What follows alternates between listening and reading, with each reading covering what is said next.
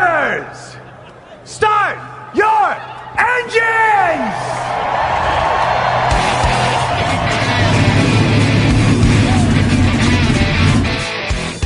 Hit the pace car! What for? Because you hit every other damn thing out there, I want you to be perfect! When I'm driving, I got a guy on the radio who talks to me. It's him, but he talks to me. Well, I wanna be a race car driver, pretty girls eating from my hand, yeah. Wanna live a life of fun and danger, no sweating working for the man, alright. Good evening, race fans. Welcome to the Hoobazoo Radio Network. Welcome to the Drafting the Circuits program. My name is Frank Santoroski. I'll be your host for the next hour as we talk about everything racing. Joining me in the studio, I've got Louise, Torres, and Richard Youden. Guys, what's happening? Hey, how's it going? Going pretty good so far. Pretty good, pretty good.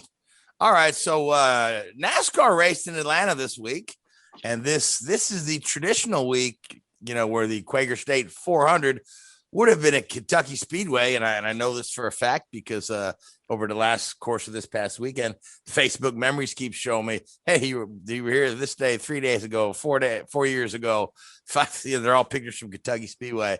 But they had moved that to Atlanta for this year. And the interesting thing is that because I live in the area here, there've been a lot of kind of articles from the local press and what their thoughts are on the date having been moved. But as it turns out, the one of the bigger stumbling blocks to actually racing at Kentucky this year, and one of the main reasons they moved it to Atlanta, because it seemed like odd move to give Atlanta a second race when they're having a tough time selling tickets for the one. But evidently that at the time they were making the schedule, there was Kentucky, and our Governor Bashir was not able to give any kind of assurances or guarantees that by the time this particular date rolled around, that the state would be, open for tourism and being able to have live events and fans in the stands. As it turns out, we are in a position now where there are live events in Kentucky and people in grandstands at various events. But I guess at the time the schedule was made, that was not able to be guaranteed. However, the government down there in Atlanta said they'd be happy to promise that they, at least have some sort of a capacity by the time the schedule rolled around. So now I'm wondering what do we do for 2022? Do we go back to Kentucky? Do we keep two races at Atlanta, or do we do something different? You guys heard anything on this, or? I have not, but I feel like Atlanta only warrants one date. I think if I recall, what the big motivations to have more than one race is to see if they have that big complex with the casino and everything, but which apparently is no longer a thing anymore. I guess it was rejected, like gambling in Georgia. I'm not entirely sure, but it does not warrant a second date. It doesn't. The only reason why it would warrant it is if the first one proves to be disastrous. And what I mean disastrous improve is the fact that they're going to increase the banking and narrow the circuit, to which Kyle Busch just says it's going to be like Darlington with a little bit of super speedway racing, which is something that he and probably a lot of competitors are unaware of until that was announced or don't want, period. Yeah, I'm kind of this trend of narrowing portions of the track is we've seen this a lot with these recent reconfigures. I mean, they did the same thing at Kentucky when they did the reconfiguration. They narrowed a portion of the track turns. I can't remember if it was turns 1 and 2 or turns 3 and 4 where they had narrowed the track. But you're essentially, like Kyle Busch said, you're taking out the whole second lane, and it's not gonna improve the quality of the racing. But like to Richard's point that he made last week on the show, that if they can always blame it on the new car if the racing is terrible. But like anything else, Atlanta has resisted a repave for quite some time, just because the racing surface is just really nice and seasoned, and it takes years and years to get that way. And then once you do a repave, it takes several years to kind of get that kind of that service to where you season like you want it, you know. So Yeah, it'll be a little slick the first year. You know, whenever we see these new repaves, you see them doing crazy things like, you know, running the tire dragons over them to get some rubber into the track, or they're, you know, going a little they're going a little crazy with the PJ1. But it seems it's like ridiculous, especially Louden. They're going to apply it on Sunday. Xfinity and the modifieds are going to run without it, but Sunday they're going to add it. Like, PJ1 is a sore subject with me all of a sudden due to the fact that the Texas is gone into ruins because of it, and its impact not just NASCAR but IndyCar, to the point they may not even go back there anymore until it's essentially do away with it. It's ruined the track for Indy cars. You know, it honestly, because it doesn't work. Yeah, it's not a product. Of course, it doesn't work. Yeah, it doesn't work for the Indy cars. You know, because they're dealing with a different tire company, which is Firestone to NASCAR with Goodyear. Two is the different style of racing just it's not acclimated for IndyCar. Yeah, exactly. Yeah, that's not. They don't need that artificial gunk on the track to produce the grip. You know, and another got thing, the wings and the under trays and another thing about the surface, the same thing with Fontana is, I remember a decade ago, because they're one of the more worst or boringest tracks out there, to now is one of the more better ones. And what they're going to do with it, they're going to propose to make it a short track. I'm not sure if anybody asked it. I'd be surprised nobody asked about how do you feel about Fontana being converted to short track instead of keeping it as is, because now Michigan is the only thing left that's similar or remotely like Fontana, and they only run once a year. I think, you know, honestly, I think the true motivation behind taking Fontana down to a half mile is it's property to see us sell off half of that real estate. Mm-hmm. And you know, that area, California, the you know, property values are tremendous, and if they figure if they can, you know, get a similar amount of people in a smaller place to watch the race, why not go ahead and sell off all that property for, you know, the incredible profit? So. But yeah, we'll see how it goes down. That's why I said it only warrants a second if the first one it turns to be disastrous or a learning curve. But besides that, it only warrants one date. And as far as Kentucky, I'd be okay with it. I'm indifferent to where they go or what they lose. Well, take that back. It depends on what being sacrificed or being lost. But if they want to go back to Kentucky, that's their prerogative if they want to.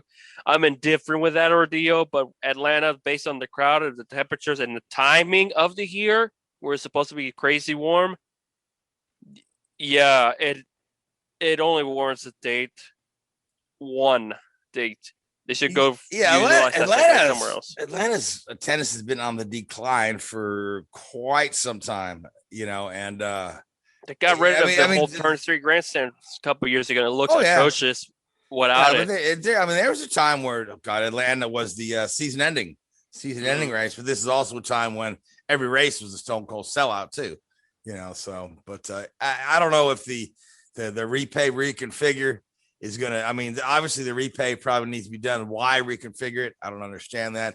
They are putting in the fancy drainage system like they have also put in Texas and in Kentucky, and those systems really work. I mean, I was there when they had a heck of a rainstorm come through Kentucky, and I was honestly amazed how quickly they were able to get the track dry, and you know, with the new drainage system. So that works. But I mean, the whole narrowing of the track and whatnot, I don't get it. Richard, what are your thoughts on this before we start talking about the actual race? Well, the first point you make, where you mentioned that Atlanta has seen a drop in attendance, you're going to replace the name Atlanta with pretty much every other track on the NASCAR schedule. This is true. So I don't think it's anything unique to them. But you know, I don't know. I mean, obviously it needed a repay, as it showed in the race at the weekend when they had to suspend the race between stage 2 and 3 because the track was cutting up and there was chunks of tarmac coming away. So that definitely needs to be done. Do they need to reprofile it? Who knows? But we will see next year. But I did notice that pretty much an hour after the end of the race, they're already ripping the track up. So yeah, it's gonna happen. They're not messing around. Yeah. Yeah, it's happening whether they like it or not. Which was just a sad end to it at Atlanta because it's basically one of the few that has some character. Not all of the quote unquote cookie cutters or mile and a half tracks that have different identities, but all have its own flaws. Yeah. We'll see come 2022 what will be the flaw with Atlanta.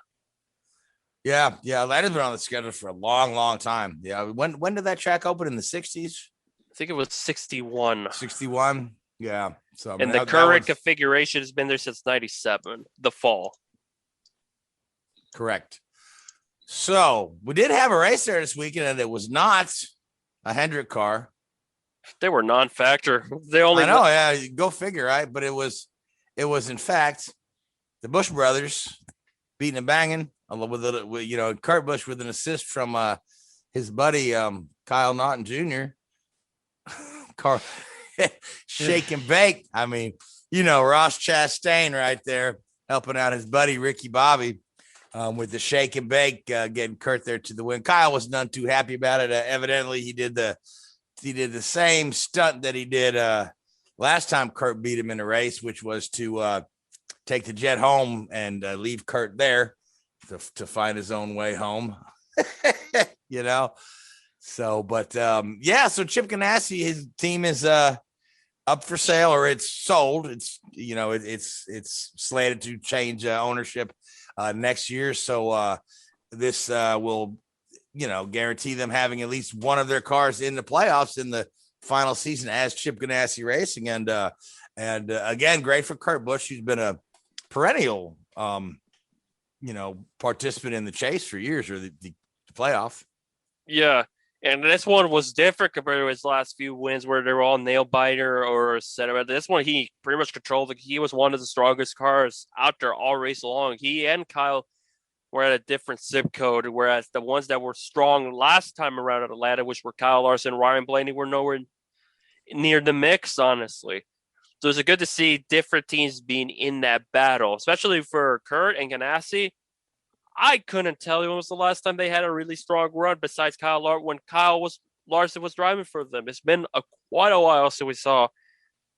And that's the thing about Kurt Busch, that he's shown good top 10 runs, but the results have not represented how good he's been or quietly consistent. This one, he put the whole package down, and we'll see how he does going forward. But one thing's for sure, he's in the playoffs for now. Depending if we reach the 16 winners or more by the end, there's not a lot of racing to go to. Denny Hamlin could clutch via points after Louden for all we know. But great run for Kurt. Is one of his strongest runs he's had in a real long time. Yeah, Kurt's one of these guys you don't hear talked about a lot, and that's partially due to the fact that, the Ganassi team is just not there at the upper echelon. They're the occasional winners, not the not the powerhouse team, but Kurt still got it. He really does. And he's there's a lot of questions surrounding his immediate future. And he's been pretty forthcoming with the fact that he's talked to a number of different people about a number of different things, some that would involve him being a race car driver, and others that would involve him working in a different capacity, including, taking Jeff Gordon's spot on television.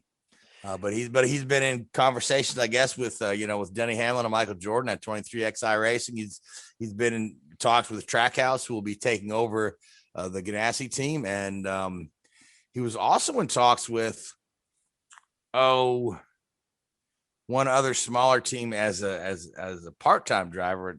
The name escapes me right now. Part-time. You're thinking Colleague Racing with the 16 car? No, because that's it has a chart, so it has to have a driver for all 36 races, albeit because Allmendinger's part-time, so they have to have a driver in that 16 car all year, whether Cass gets the deal for some of them or not. If you're not thinking Colleague, then I'm not sure who you're thinking of as far as if Kurt wants to go part-time. Yeah, I'm trying to remember what it was. I think they had the word race in the team. Race time or race, I don't know. It doesn't matter. But Kurt's, he's weighing some decisions. Then of course, he's teased at going to retire, and then teased that no, I'm not going to retire. He made that very cryptic video that At the very beginning of the season. yeah. If you recall that, very well made video, by the way. I enjoyed watching it, but it's just like, okay. So at the end of the thing is like, oh, I don't get it. Is he retiring or not retiring? He really didn't say. He really didn't say one or the other. But yeah, I want to see what Kurt does. Again, the guy still, I think he still has a lot to offer as a driver. But he is, reaching that stage in his career, just like we were talking about Keselowski, where he's going to be beginning to take on an ownership role. Kurt's also reaching that stage in his career where he needs to start thinking about what his next step is career wise. I say he'll be the kind of guy that'll run anything. Maybe he'll run different disciplines of racing, kind of like what Marco's trying to do right now. With his racing venture, we'll talk more about Marco. Yeah, I was gonna say, we'll talk about Marco in a bit here. So, now, Richard, you've been quiet over there. I'm here.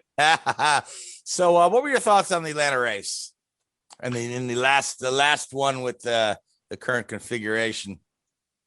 So, I thought it was a pretty decent race. I mean, I always like it when drivers get upset, how Kyle got upset that Kurt was sort of, his teammate blocked him and all that sort of stuff. If it was the other way around and it was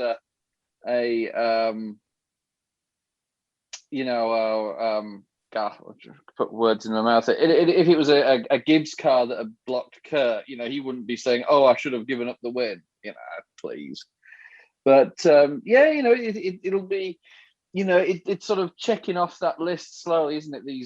These older tracks that have provided so much entertainment in the last few years. I mean, obviously we're going back there, but it'll be a different configuration, surface and everything. So, be interesting to see what happens next year. But I thought it was a good, entertaining race. Yeah, and speaking of Kyle Busch, he now has closed out his Xfinity career, evidently, right? Quote unquote. But he said he would stop racing Xfinity whenever he's reached 100 wins, right? So he's at 102 after he's finished his commitment of Xfinity races for this year. So nothing to shake a stick out of there. 102 Xfinity wins, and it's just kind of funny when you start thinking about Kyle Busch's stats, right? And in comparison, so he's now the winningest active Cup driver with Cup wins. His last win, he surpassed Kevin Harvick. He's the winningest Xfinity driver ever, and plus he's won a number of truck races. But I kind of winningest truck series driver as well. Yep. So I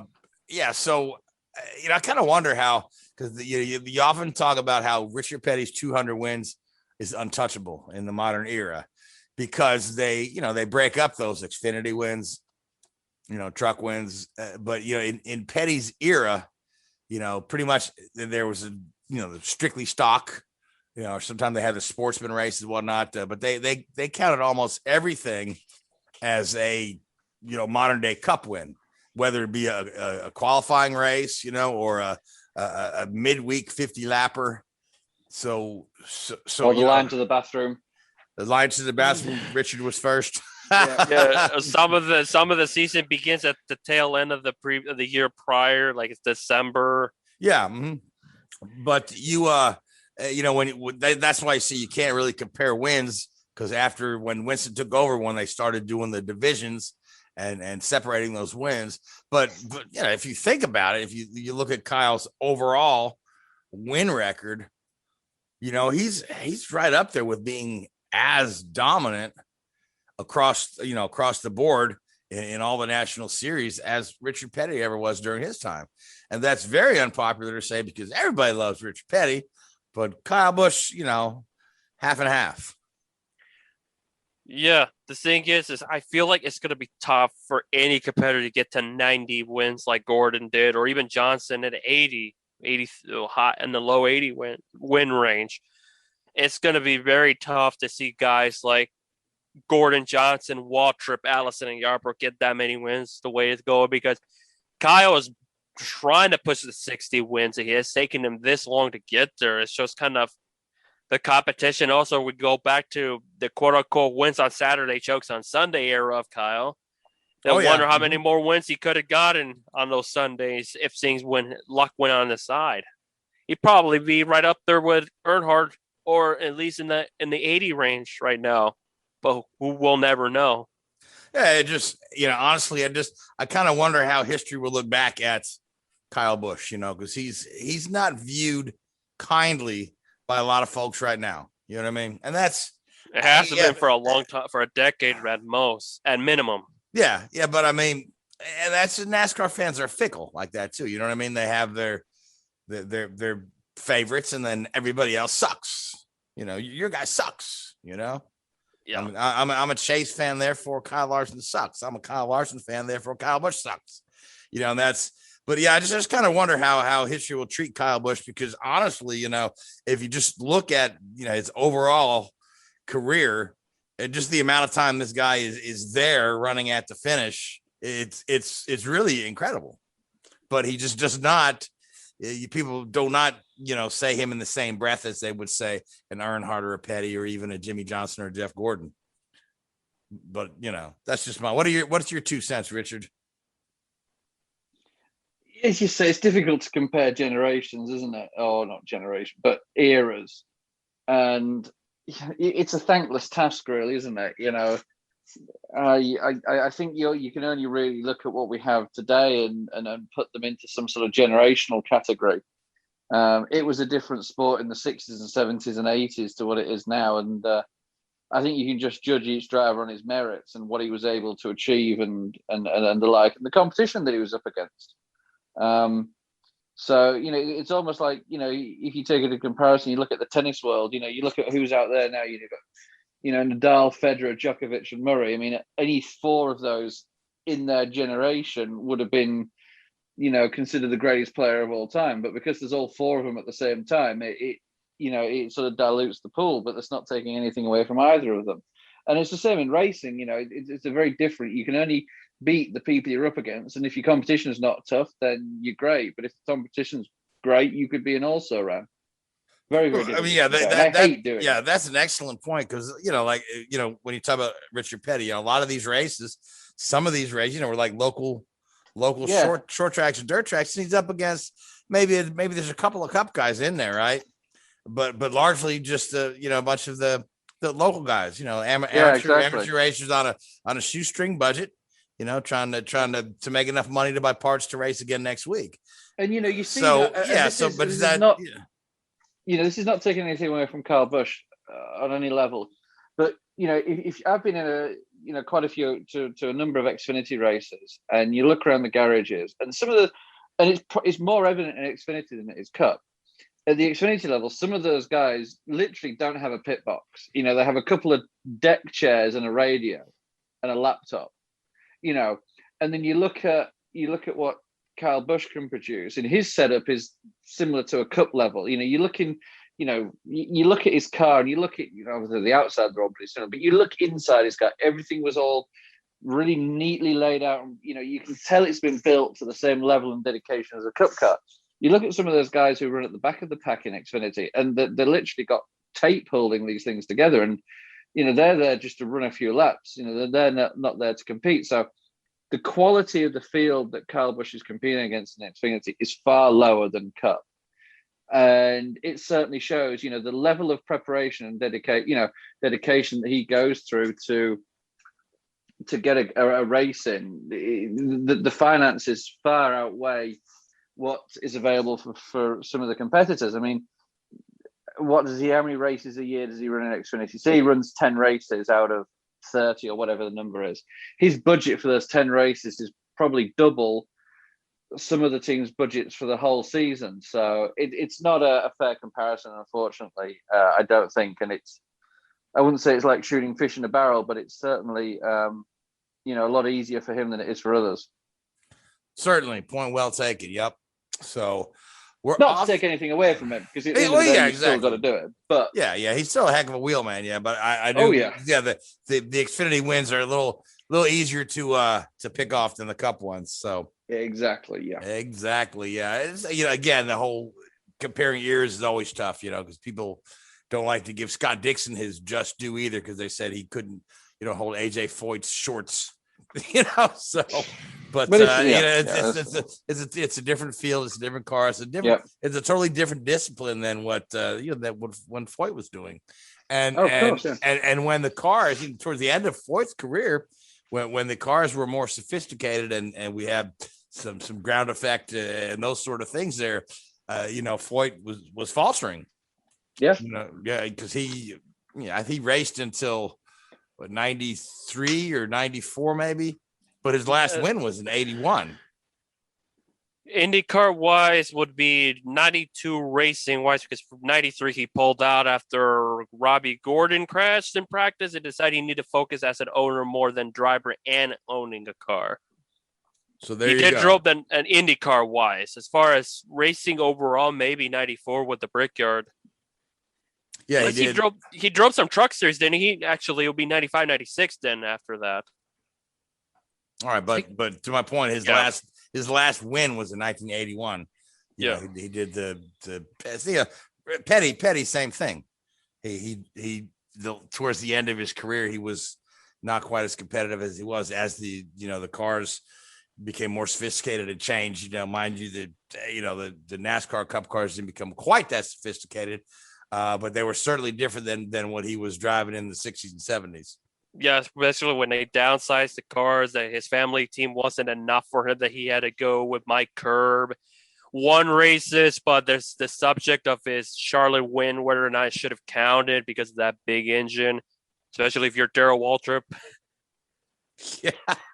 Well, that's when NASCAR had the policy of we'll strip your points or whatnot, but they don't take the wins away, which is they've only recently changed that. So.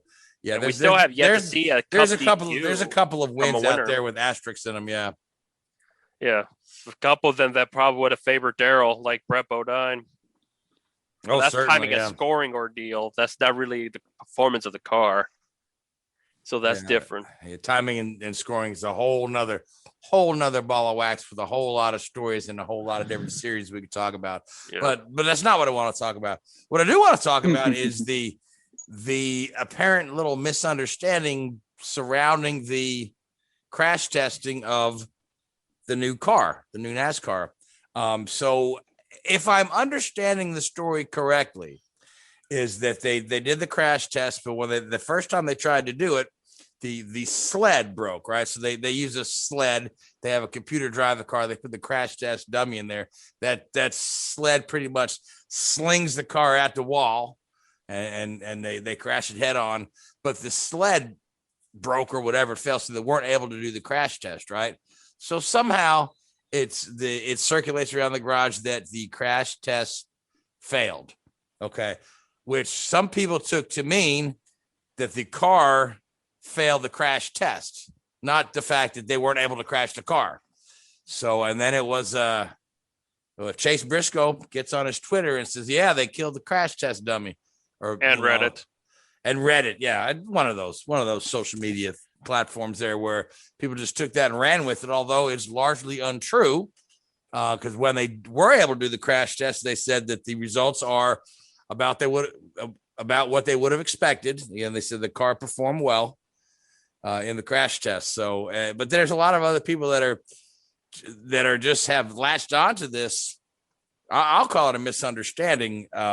Some other folks are saying that it's true the car failed the crash test, and and NASCAR just trying to cover something up. But you always have those folks who like to have their little conspiracy theories and whatnot. So, but now, Richard, have you, in your days of working in NASCAR, ever been present for some crash testing? Not in NASCAR, no, because I think with that that was through the era where the chassis didn't really go through much change. And what typically would happen is that NASCAR would do their own independent testing and then mandate to the teams, a new bar or whatever it may be. The Formula One, we've done some because each component, each design and the like had to go through a load test and a crash test before the season started and all that sort of stuff. So they're interesting things. They certainly are, and they're obviously essential for what the teams are trying to do from a safety standpoint. But there was also another test with this next gen car, or whatever we're calling it, Gen 7, is it? I think it was at Talladega, where they actually had a remote control car, driver, which is not that difficult to do these days, and they hit it into the wall or rolled it or whatever it may be. And then they had an independent set of engineers verify the results on that. So NASCAR are certainly doing the homework on this. And, in terms of the actual roll cage area around the driver, I don't think there's huge changes. It's, just going, the cars are pretty safe as they are. Obviously, they're looking to try and make them safer at any opportunity. So, I'm sure it's not going to be worse anyway. Let's put it that way. Yeah, I mean, to your point about the cars being safer, I mean, if you just look at some of the horrendous looking wrecks that we've seen guys walk away from, say, for instance, Ryan Newman recently. Yeah. And was it Austin Dillon? Austin Dillon had a pretty heavy crash there and was largely unscathed. So those cars are pretty rock solid. And again, I think somebody I forget which driver was saying it. He said that they still probably need to think a little bit more about the roof caving in. I think it might have been Denny Hamlin. I thought Joe Logano I thought Joe Logano. Oh, might have been Logano. After he went upside down, and he's like, I'm like, my head's like 6 inches from the tarmac at 200 miles an hour. Yeah, main reason why we're getting a different package at Talladega and Daytona. And I think one area that NASCAR, I'm surprised I haven't looked at, is, and it's taken a leaf out of Formula One's book with a lot of the biometric safety information, like in the gloves and the driver's earpieces and stuff like that. You look at the Formula One car, and the gloves that the drivers use have sensors in them to monitor the driver's health, and even the earpieces now in the driver have sensors in them to monitor the driver's health. And with the thing with a Formula One driver is typically a driver will have one wreck a year, a big wreck anyway, whereas in NASCAR, as you saw with like Dale Earnhardt Jr. and like the damaging thing to those guys is the repetitive. They can have 4 or 5 contacts with the wall a year, and that is, as we now know, is as damaging to a driver's well-being as one big hit can be. So I think it's only a matter of time before they start getting into that and start getting onto,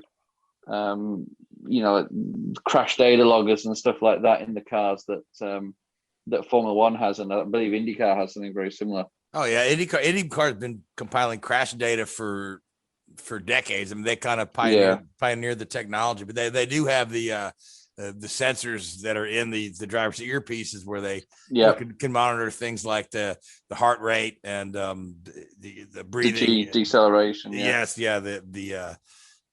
Deceleration, the G's, those sort of things. So and there's no reason NASCAR can't. I'm very surprised get on board with that. So they do this token gesture thing of sticking a thermometer in the car so the camera can point at it. It's like, great, that's really good. It's like, and I know they looked at it because I was involved in it. Some initial work on putting sort of more driver health and driver biometric data, like CO2 monitors in the cars and temperatures and stuff like that in the car, to sort of, and also in like the air conditioning units that the drivers run to see what the air quality is like that they're breathing in. Because there have been a number of drivers that have had to retire from the sport because of carbon monoxide poisoning. Rick Bass comes to mind. Yeah, that's the one. Yeah, I was good friends with his crew chief, and he was telling me about it. It's pretty, and even from a crew standpoint, we don't realize this, but talking to some of the guys, they said, you go to a lot of guys will say you go to somewhere like Bristol, and the day after the race, you'll have a thumping headache, and a lot of them put it down because you're in such an enclosed space with all these cars running around, and the exhaust tailpipe goes somewhere, and it just settles within the infield. And it can. Some of the guys are really complaining that they suffer from quite bad headaches. So there's still work to do from NASCAR standpoint, but to the same extent, there's still that sort of reservation from it from some of the teams and some of the people involved in it. Yeah, I mean that's another case for cleaner emissions as well, or alternative fuels, which I know it's really unpopular amongst old school race fans to talk about alternative fuels and things like that, because they like the smell of the gasoline and those sort of things. Yeah, but at the end of the day, it is to your point, a place like Bristol, it's enclosed entirely around there, so that stuff's gonna just hang in the air. So not exactly healthy for the fans in the stands either, I would imagine. No, they're all day. But they're going to go through it once a year. These right. guys do it. These guys are every weekend. All right. So where are we off to next? It is Louden. Yeah. And you talk about they're going to put some PJ1 on Louden on Sunday morning. After the Xfinity and modified races are done Saturday. So I'd imagine it's right away or Sunday morning. So you wonder why I put it there for just a cup race and not the others. What was the reasoning with that? Any idea, or the other guys just don't want to deal with that, or? I guess so, because for one, the modifieds run Hoosier tires. I think to my knowledge they still are. Yeah, they are. Xfinity, I guess they just, because I think they're both running the same day. I'm not 100% sure. But I think it's more or less to do with the cars, even the tire comp, as to where the modifieds are not acclimated with Hoosier tires are not how they're going to adapt to a PJ1. Is it going to bode well for them? Who knows? And it's also we don't want to find out on race day. No, especially not with probably one of the biggest modified races of the year. Yeah, modified racing is huge in the Northeast. That's their core demo.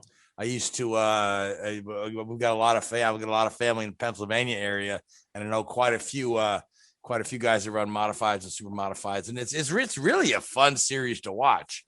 But so that event in New Hampshire is a big one for those modified guys. But I forget it's this one or the one that is a standalone that's their biggest. Either or, Loudon is one of their major stops,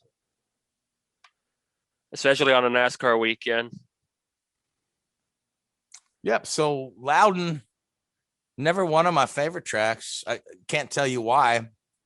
But it has put on some decent races over the year. And plus it's always neat to see, the driver be handed a gigantic live lobster for a trophy. That's one of the most unique trophies out there in NASCAR. We've seen the guitars and grandfather clocks and those sort of things, but this is a gigantic live lobster.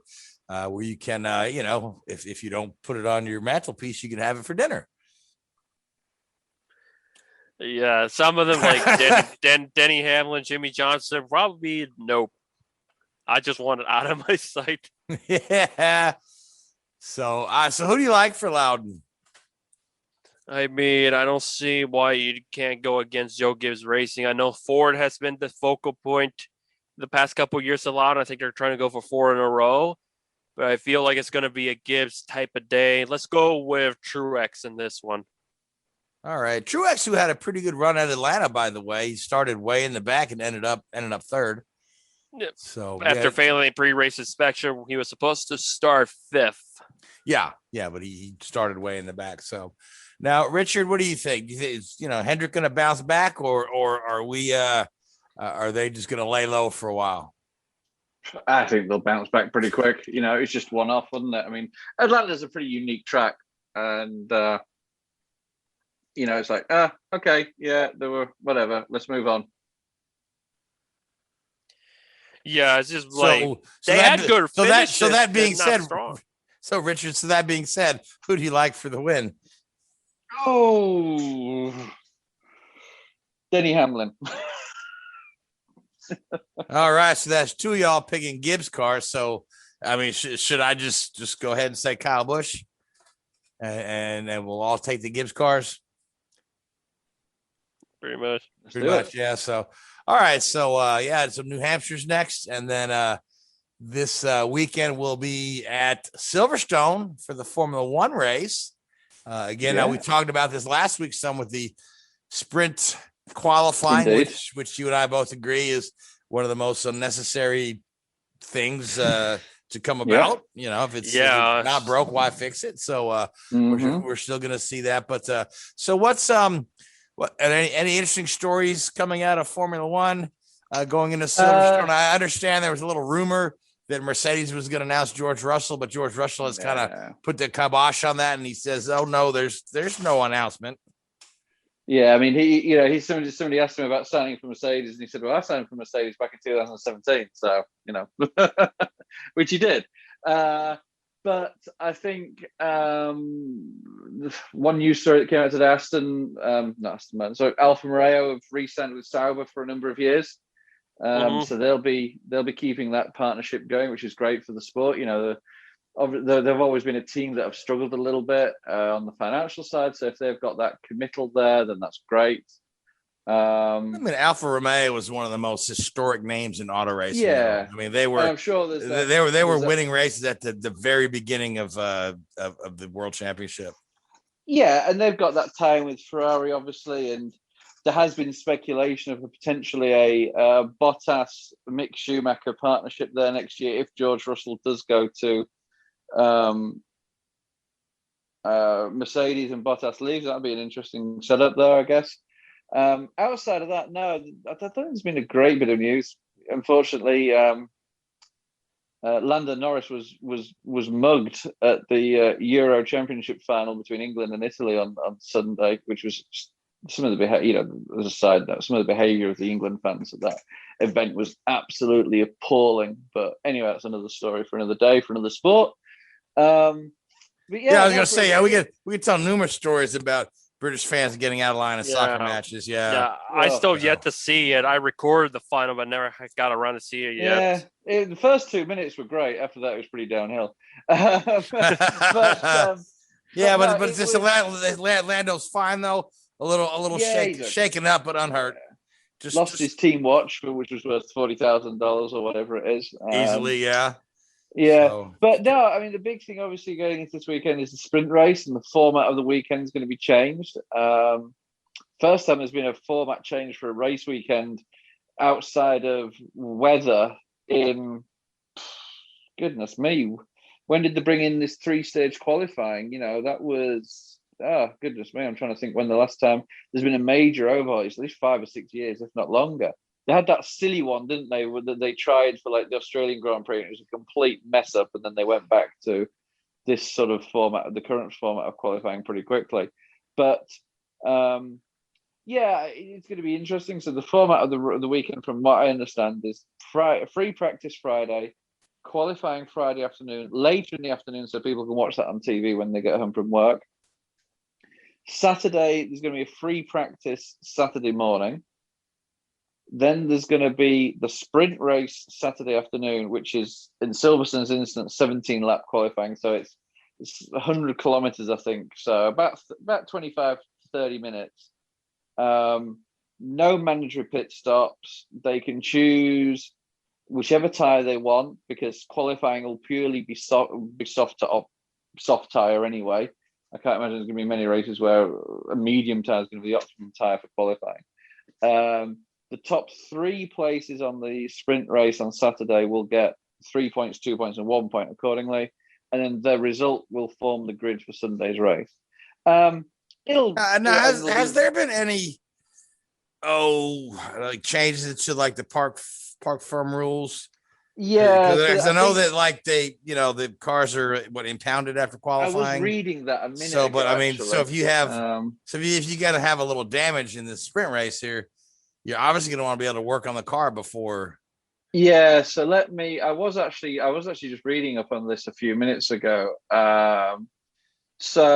Rules forbid the changing of major components in part firmware to avoid teams moving to create special qualifying cars. Yeah, we all know that.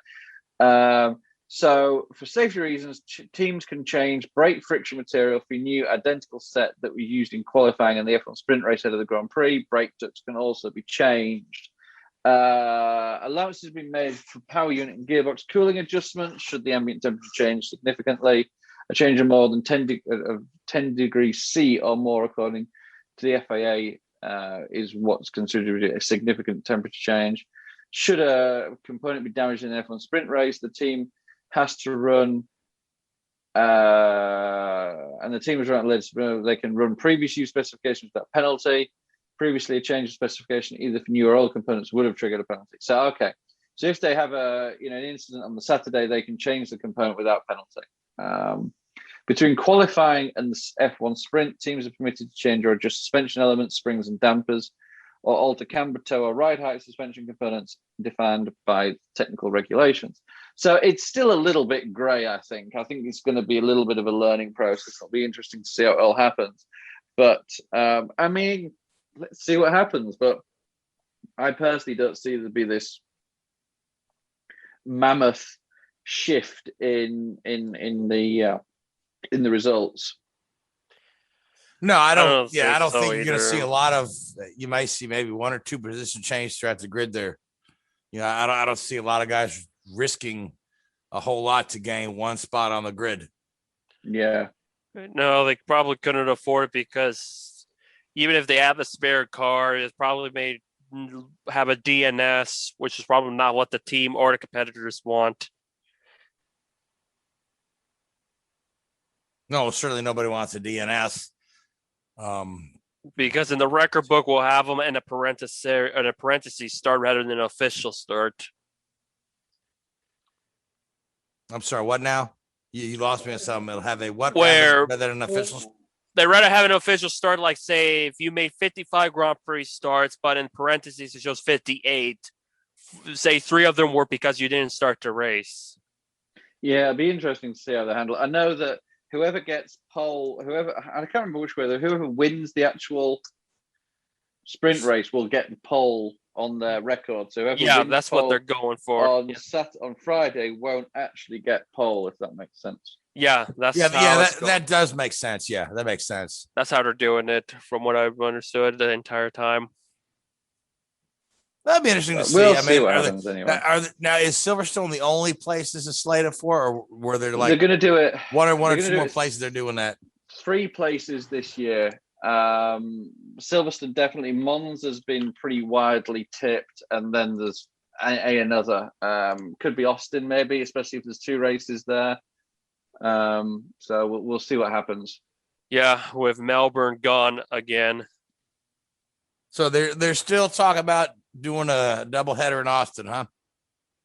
Yeah. Because at first it was on the table, then it was off the table. Well, there's Mugello could be available. Some of these other places. So we'll see. I mean, who knows these days?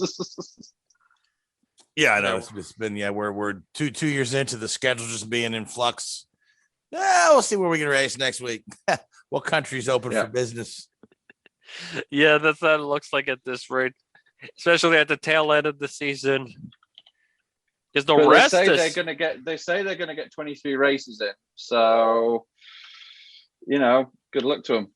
Yeah, we'll see. They're committed to get that. Imagine if they have 2 Abu Dhabi races to fulfill that quota. It could happen. So, all right. So let's move on. Let's talk about the SRX race, okay? Because we've just kind of casually mentioned these things in passing over the last couple of weeks. We're not really kind of dug into it a lot, but they were racing at Slinger Raceway in Wisconsin, which is a unique little track. It's a very fast little track.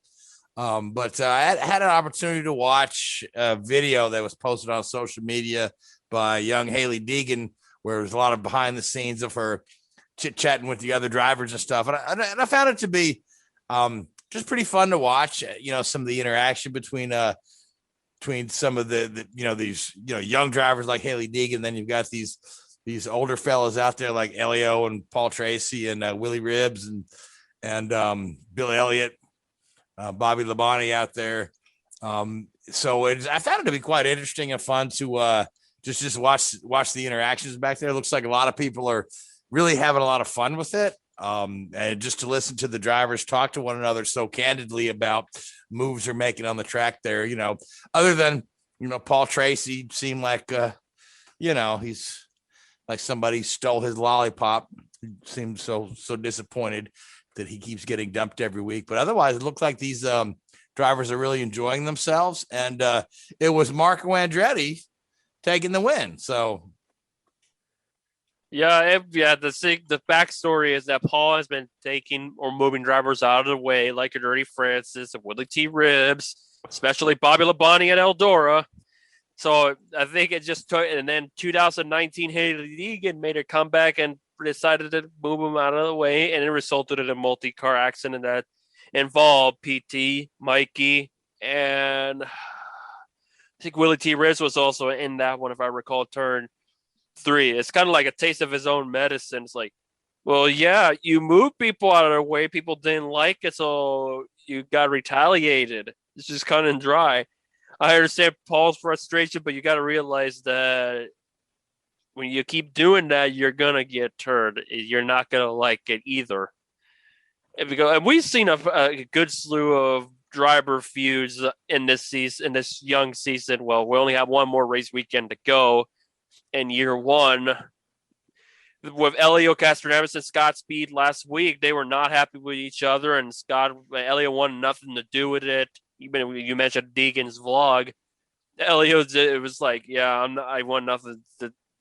Just kind of moved on. There's like there's no reason to discuss with Scott.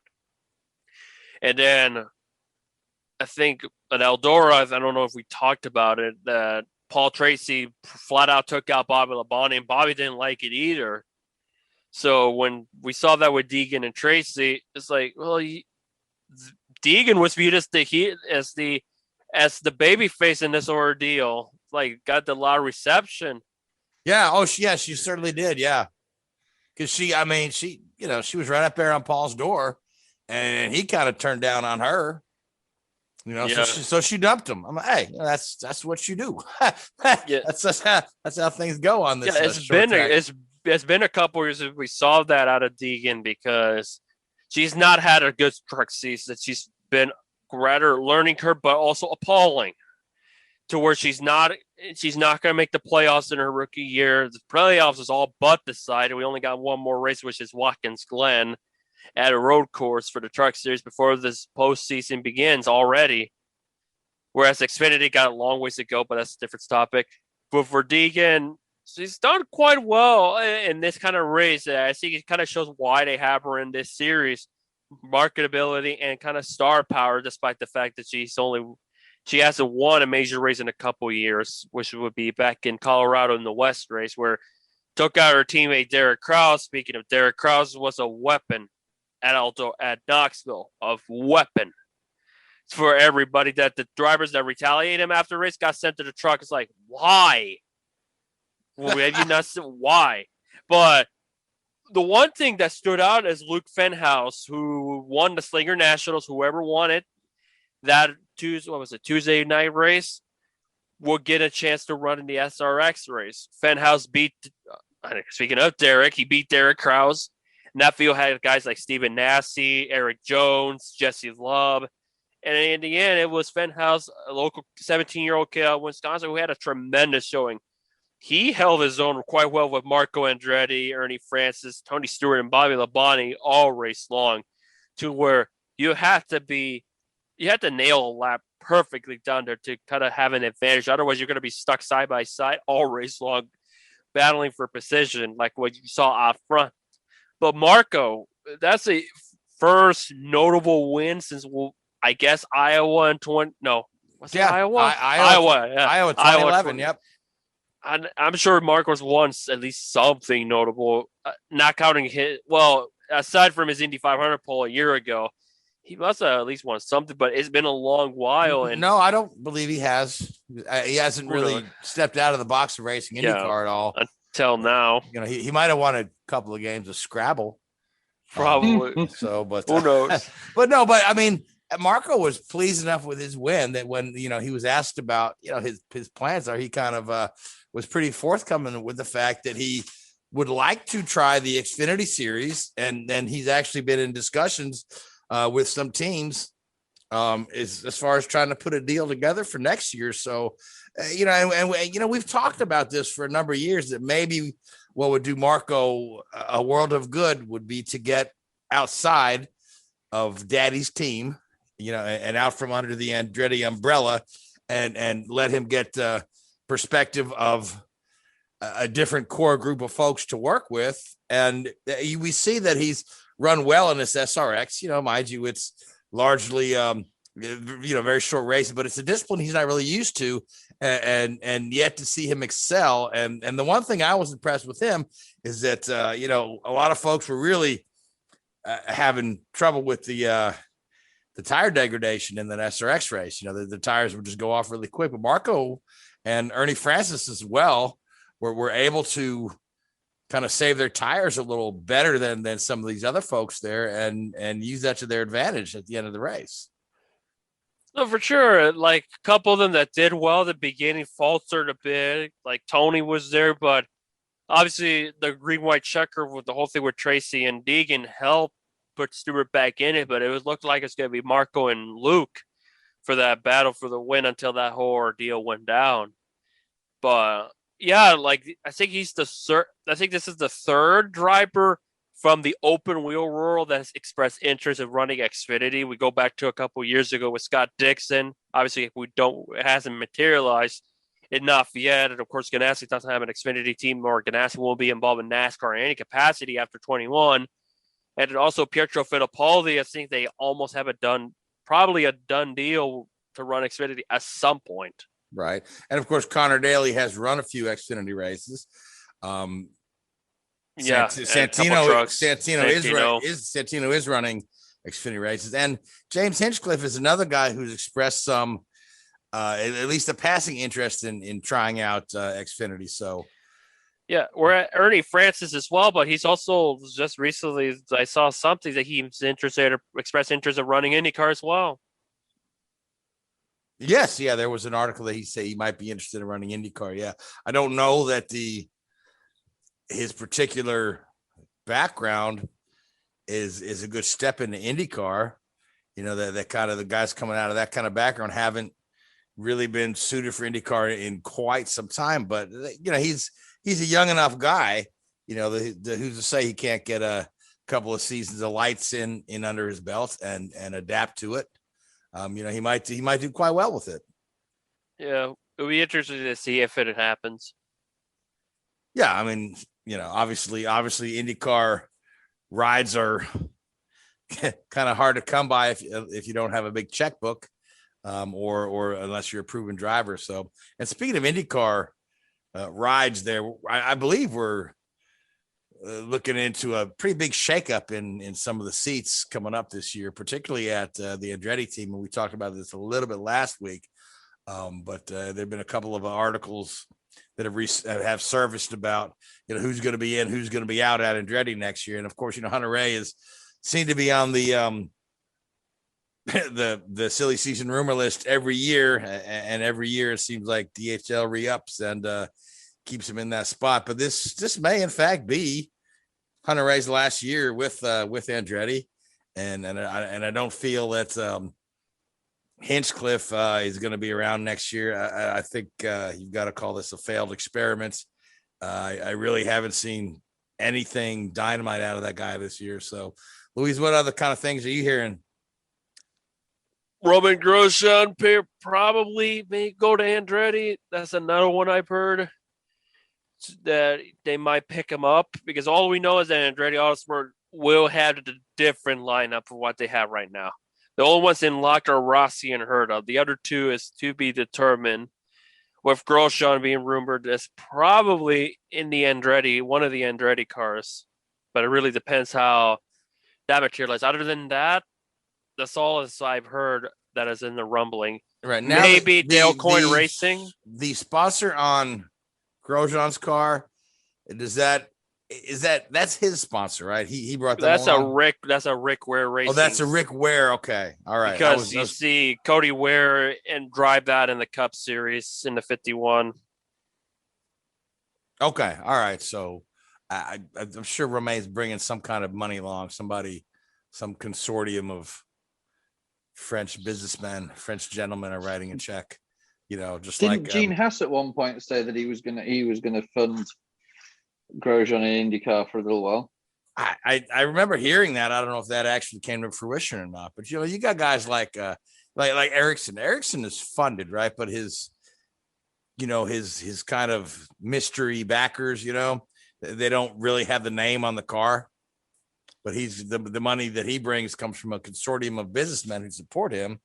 Although he does have the sponsorship from the Husky Chocolate group. So it'd be interesting to see. But I'm sure that Grosjean going to Andretti would be favorable to both parties. One way or the other. Yeah. It'll be curious to see. But the other one I mentioned, Dale Coyne, Vassar Sullivan, that's probably the other one that I've heard. I can't confirm nor say what it is exactly, other than the team that might have some subject matter as far as whether or not certain drivers will stay. And that boils we're talking about it right now. The certain driver is Ed Jones. I mean, you can tiptoe No, around all you're not, but there's only one guy you're talking about. Yeah, I know, but I was like, as far as the situation with that, I can't formally say other than Ed Jones is a huge question mark with the Coyne Vassar deal. Whether or not he'll be around in 2022 is ultimately a mystery right now. Yeah, and again, his performances have been kind of hot and cold this year. Yeah, he's had a couple of good runs, but more kind of mediocre ones than not. So that's kind of been the hallmark of his career, though. He's not been really outstanding in any capacity in IndyCar, even with top rides. So, but it's a shame because he was dynamite in the Junior Series. For sure, it is kind of a shame. All right, so we are right up at the end of our hour. So I want to thank both you guys. You have a final thought, anything that either of you wanted to mention tonight that you weren't able to squeeze in that won't take longer than a few moments to say? Kyle Larson's extended his contract at Hendrick and is fully sponsored through to 2023, is it? Yeah, 2023. Alfa Romeo's is their 2025, if I recall. Yeah. And that after Louden is the Olympic break. So we won't see any racing till August 8th. Right. Yeah. Couple weeks off. So NBC can put Olympics on every one of their channels. And then, NASCAR will return August 8th and IndyCar will return August 14th in the streets of Nashville. August 8th, too. 14th is the Brickyard, if I recall. Yeah, you're right. It is. It is August 8th, August 6th through 8th. And I did see that they are putting up the catch fencing in downtown Nashville, getting that track build started. So that'll be a fun event. I don't know how inspiring the course layout is going to be, other than the two long straightaways that go over the bridge. I think that's going to be pretty darn exciting to watch. The rest of it looks like a retread of the Meadowlands circuit. But oh, come on, the Meadowlands did not look like a special, like one of those things you pull the fries from a grill or whatever they call them. I think it looks more like a Brontosaurus. It's got the big long neck and a little tiny head at the top there. So, but either way, that'll be a fun race to watch. It'll be a big event. The tickets are selling quickly. I was looking at I was on their ticket website the other day, and you can see which tickets are sold and which tickets are available. And it's blatantly obvious you're going to have a great crowd on hand. So going to be great to see. Going to be hopefully, keep your fingers crossed. Sometimes these street races are one and done, or a couple years and then they're gone. We haven't had a new street race survive in a long time. Probably, I think St. Pete is the newest street race that's still on the calendar. So keep your fingers crossed for Nashville. It's a great city. Hopefully it'll be a great event. Hopefully it'll be a great race. So, but until then, we are out of time. So, thank you, Luis. Thank you, Richard. Thank you to the Hoobazoo Radio Network. Thank you to iHeartRadio, Spreaker, Google Podcasts, and YouTube. And thank you to you folks that enjoy listening to us every week. But until next week, good night. WHOOBAZOO, that's Hoobazoo.com. Enter website.